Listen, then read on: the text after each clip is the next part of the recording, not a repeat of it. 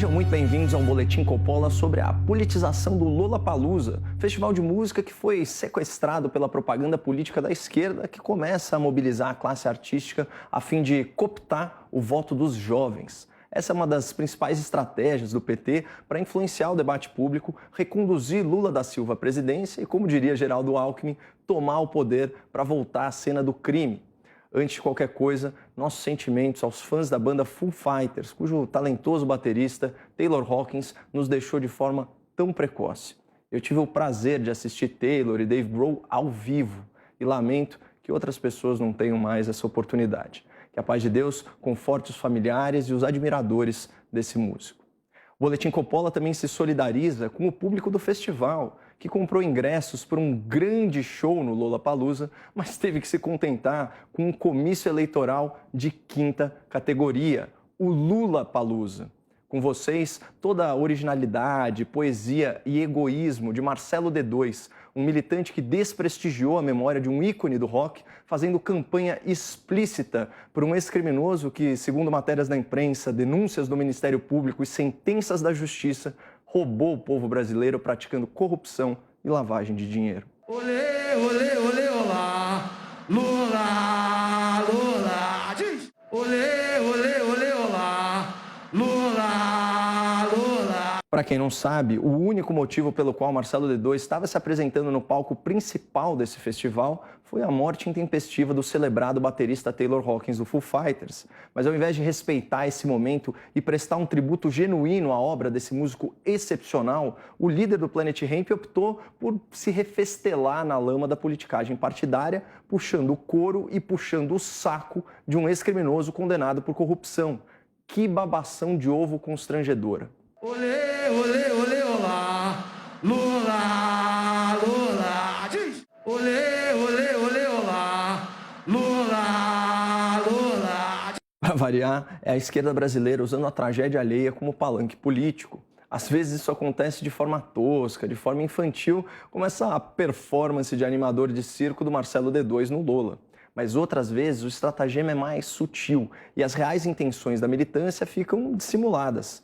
Basta ver os nomes que batizaram as duas leis bilionárias de fomento à cultura aprovadas pelo Senado agora em março, às vésperas do processo eleitoral. A Lei Paulo Gustavo prevê o repasse de 3 bilhões e 800 milhões de reais de verbas federais para estados e municípios investirem no setor artístico e cultural, priorizando ações protagonizadas por pessoas LGBTQIA+, e outros grupos identitários, como indígenas e povos tradicionais. E a nova Lei Aldir Blanc, que estipula um repasse federal de 3 bilhões de reais por ano até 2027 para prefeituras e governos financiarem iniciativas culturais. Aldir Blanc foi um dos maiores letristas da MPB e Paulo Gustavo era um ator imensamente popular. Ambos foram vítimas de uma pandemia que, segundo a esquerda, é de responsabilidade integral e exclusiva do presidente da República. Basta um pouco de raciocínio político para entender que batizar leis com os seus nomes é menos uma homenagem legítima e mais uma propaganda política de enorme apelo emocional. É muito mais fácil aprovar no Congresso uma legislação apelidada de Lei Aldir Blanc do que aprovar o PL 1518/21, o nome verdadeiro desse projeto de autoria de Jandira Fegali e Alexandre Frota, além de outros deputados do PT, do PSOL e do PCdoB. A Lei Aldir Blanc, de Jandira, Frota e companhia, estabelece uma nova política nacional de fomento à cultura que está privilegiando artistas e músicos com cerca de 20 bilhões de reais de dinheiro público nos próximos 5 anos. Mas isso num país em que milhões de pessoas vivem em extrema pobreza, sem saneamento básico e sem acesso à educação, saúde, segurança e por aí vai. Você acha que isso é razoável? Claro que não.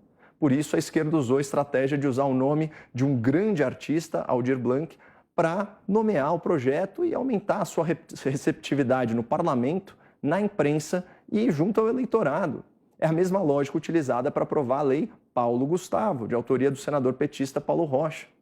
Para pensar, são bilhões de reais distribuídos sem muito critério para conquistar corações, mentes e bolsos de artistas em pleno ano eleitoral. Mas quem se insurgir contra isso não estará apenas criticando uma lei que privilegia o setor cultural em detrimento da população miserável do país. Quem ousar levantar a voz estará indo contra a própria memória de Paulo Gustavo. E até por isso a lei foi aprovada sem grande resistência, assim como a lei Aldir Blanc. O que deixa uma coisa muito clara para qualquer um que tenha o mínimo de discernimento. Na crise, a esquerda brasileira prefere rechear a carteira de artistas do que colocar comida no prato do povo. Nós já vimos como a esquerda se aproveitou da morte de músicos e atores populares nessa pandemia para propor e aprovar leis de fomento à cultura, privilegiando a classe artística com bilhões de reais em verbas públicas federais. É como diz aquele ditado italiano: cuore a sinistra, portafólio a destra. O coração está na esquerda, mas a carteira, essa fica bem guardada na direita. Só que além de conquistar os corações e bolsos dos artistas, agora a esquerda mira sua atenção para o público jovem, entre 16 e 18 anos, cujo direito ao voto é facultativo, é opcional. Uma série de cantores e de atores mais engajados vem exortando a juventude a comparecer às urnas, muitas vezes orientando essa garotada a desperdiçar o seu primeiro voto com Lula da Silva, o ex-corrupto descondenado pelo STF. É o caso do nosso animador de palco do Lollapalooza, Marcelo D2. Vejam a continuação daquele vídeo que nós já exibimos no bloco anterior. A gente tem uma grande oportunidade de novo de mudar essa. Vocês que são mais jovens, vocês têm que votar. Criou tava com a camisa para falar disso. Vocês têm que votar, mano. Se nós estivermos dizendo o zap, vai ser tudo enganado por esse Alguns comentários pontuais sobre o discursinho panfletário do D2. Ele fala em uma grande oportunidade de mudança, mas Lula não é o candidato da mudança. O PT é o partido que mais tempo governou o Brasil. Lula é o candidato dos reacionários, daqueles que idealizam com nostalgia um passado de mentirinha. Porque, na verdade, o lulopetismo deixou como herança corrupção, desemprego, inflação e pobreza, praticamente os efeitos dessa pandemia. Mas o vírus, no caso, era o próprio PT. Eu não sei se vocês repararam, mas quando o D2 manda os jovens irem votar, no telão do Lollapalooza aparece a palavra desobedeça. Não, sério. Quem está impondo, quem está pressionando os jovens a votarem em determinado candidato é a esquerda. Quem está doutrinando os alunos em sala de aula a votarem no Lula é a esquerda. Os artistas que lacram, militando aí nas redes sociais, nos programas de TV, são de esquerda. Todo o sistema, da elite do judiciário à velha imprensa, apoia o candidato da esquerda. Por isso, o jovem que tiver um pouco mais de sensibilidade, a sensibilidade mais aguçada, vai perceber que votar na esquerda, na verdade, é ser conformista, não desobediente. Votar na esquerda é seguir o sistema, não desafiá-lo. O Marcelo D2 pode até falar com linguagem e atitude das ruas, mas hoje em dia ele representa uma classe privilegiada, uma elite prestes a ser beneficiada aí com milhões e milhões de reais de dinheiro público.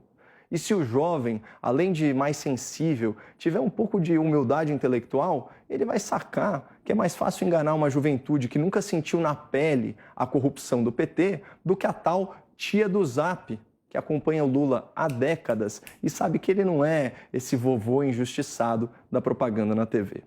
Muito obrigado, não percam a esperança no Brasil e fiquem com Deus.